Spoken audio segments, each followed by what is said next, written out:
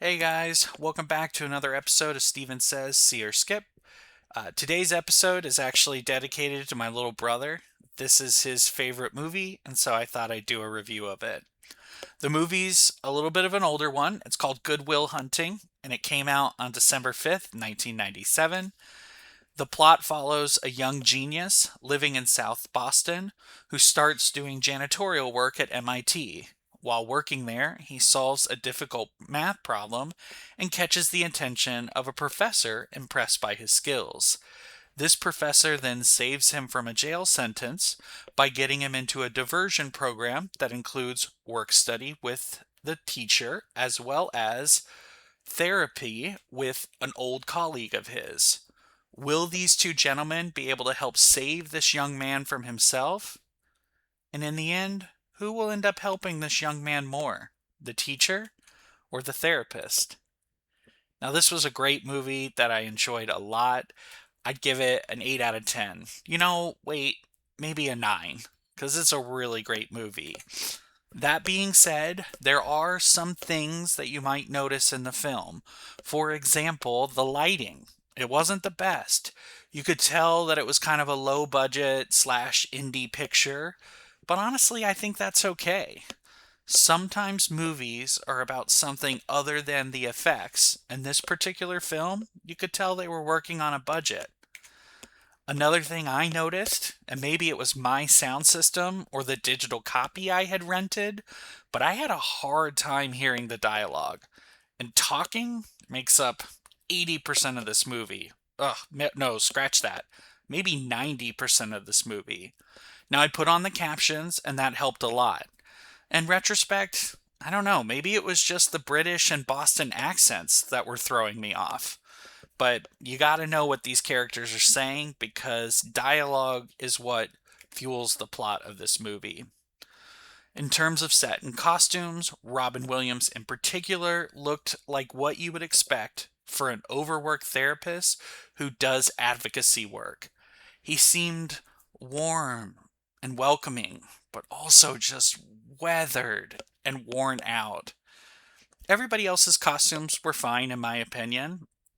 They made sense for the character, but they weren't standout noticeable. The sets were pretty basic as well, but I think they worked for the scenes they were in. The story is a great one, and it was written by Ben Affleck and Matt Damon, and they spent 5 years trying to get this into production.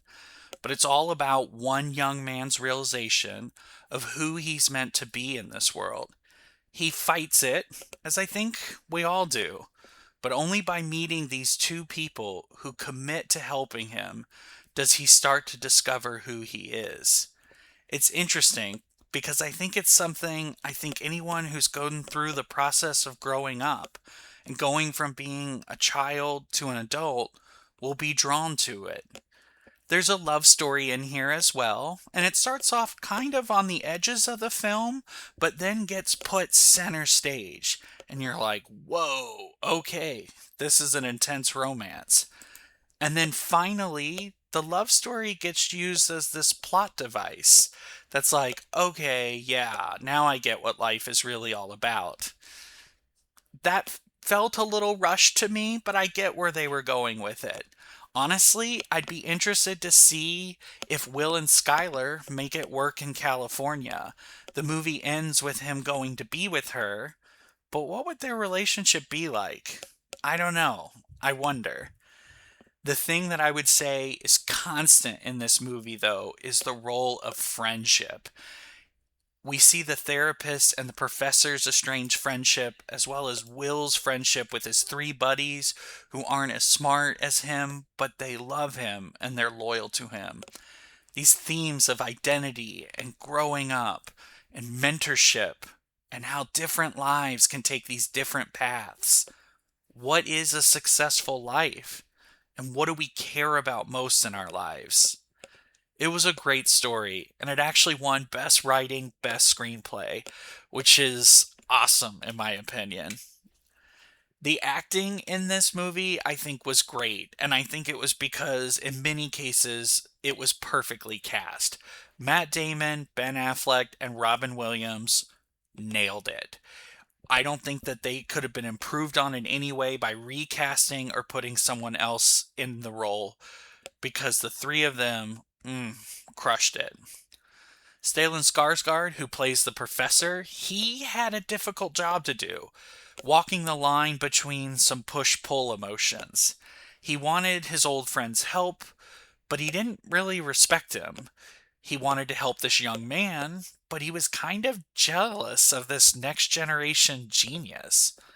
I think it was a tough role to play, and he did fine, but I was left wondering, could someone else have conveyed this better? Maybe.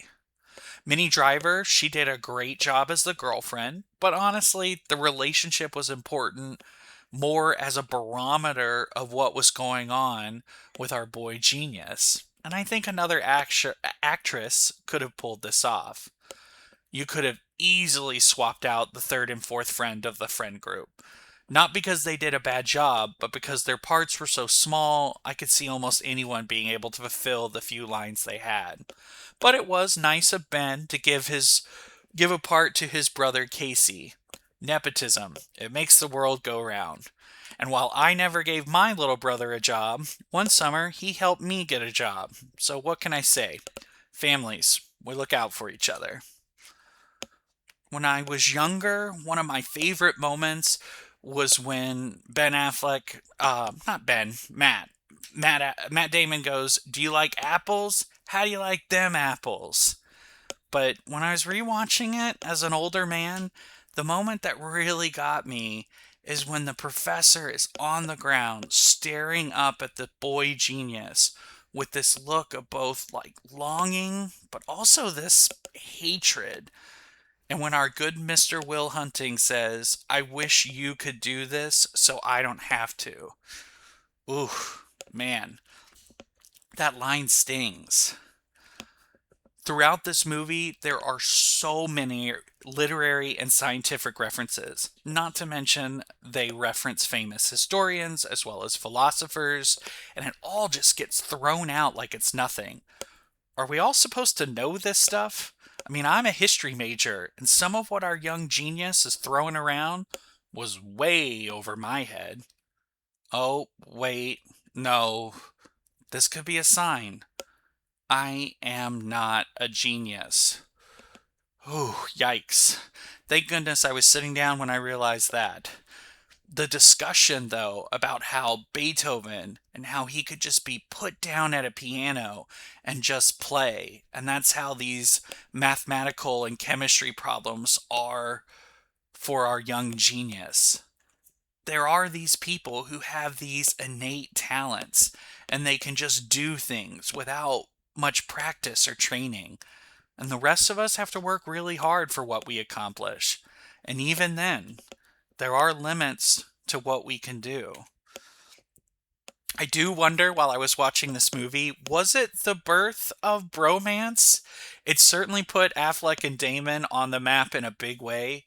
Everything they poured into this movie just shows you that when you team up with your best bud, you can do amazing things together.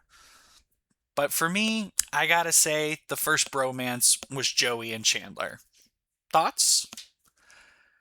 While I was watching this, I did wonder what people would think about Robin Williams' job as a therapist. I do that a lot. When I'm watching a job being played out on the screen and how Hollywood is portraying something, I wonder if people who do that job would agree with the portrayal. Would a therapist have supported Robin Williams' style of therapy? It was effective, and I think we were all rooting for him to help out our poor, misguided genius. And I totally get why Robin Williams won Best Supporting Actor at the Oscars. He did an incredible job with this role. The thing that shocked me the most is that these four buddies are tooling around town in their car and going out drinking, but none of them seem to own a dog. And I could have totally seen a dog riding shotgun with the four of them as they're running around town. I don't know. Maybe they'll get one, and then he'll show up in the sequel, Good Will Hunting 2. In the movie, there's definitely sex and alcohol and some violence, but the violence wasn't overly bloody and the sex wasn't out of control. And the drinking, well, guys in their 20s that are Catholic Irish and getting into scrapes, they drink. Was anyone else worried that Robin Williams' character was a drinker? That shot of his home made me think that he might have been using booze to cope with the loss of his late wife. But we don't really see him getting hammered on screen, and he's portrayed as stable and warm and gentle. And I don't know, I wondered, does he maybe have his own demons? And due to the length of the film, they didn't have a chance to really delve into that. This movie, I definitely don't think is for kids. I'd wait till someone is at least in high school to let them see this. But I think when you watch it, it'll speak to you in different ways. Watching it as a young man, it made me think about what I'm going to do with my life and what I'm going to be. But watching it as a middle aged man, I don't know. It's made me wonder, what have I accomplished? What have I given back? These are intense things to be grappling with, and I think movies can do that. They can challenge you to think about your life in a broader way. I'd be curious to get different perspectives on this. Did this movie speak to anyone who was female or transgender? Was someone if someone was poor or unintelligent, a person of color? Because the movie is pretty much about two old white guys helping a young white guy. And while it spoke to me, I wonder, does it have universal appeal? I will say I cannot for the life of me remember when I saw this movie for the first time. I know I didn't see it in theaters, I was too young, but I definitely saw it shortly afterwards because people were talking about this movie a lot. And now, people don't talk about it as much. I don't think it's a movie you watch over and over again, but I definitely think there's value to watching this movie more than once. Just maybe at different stages in your life. Fun fact, Affleck and Damon wrote a completely out of the blue sex scene for the professor and the therapist, reportedly on page 60 of the screenplay. And when they shopped it to the various studios, the rep they met with at Miramax was the only one who gave a note saying, "What was up with that? It didn't seem to fit with any of the rest of the story." And then they explained that they put it in as a test to see who was reading their script submissions. I gotta admit, I've done stuff like that before too. When I've had to send out company emails, and in the middle of it, I've said, "Hey, if you're actually reading this, respond and ask me for $5, and I will give it to you." Sent that to 250 people. One person responded back. When it comes to this movie, though, I gotta say, you gotta see it. If you've never seen it, give it a shot. If it's been more than 15 years, see what your older self thinks of it and give it a rewatch. Like I said, Good Will Hunting, 8 out of 10. Maybe a 9 even. It's a great movie, and it really tugs at the heartstrings and asks some serious, deep questions. This is Steven with Steven Says See or Skip, suggesting if you can't be a genius, at least be genuinely honest. S4 signing off.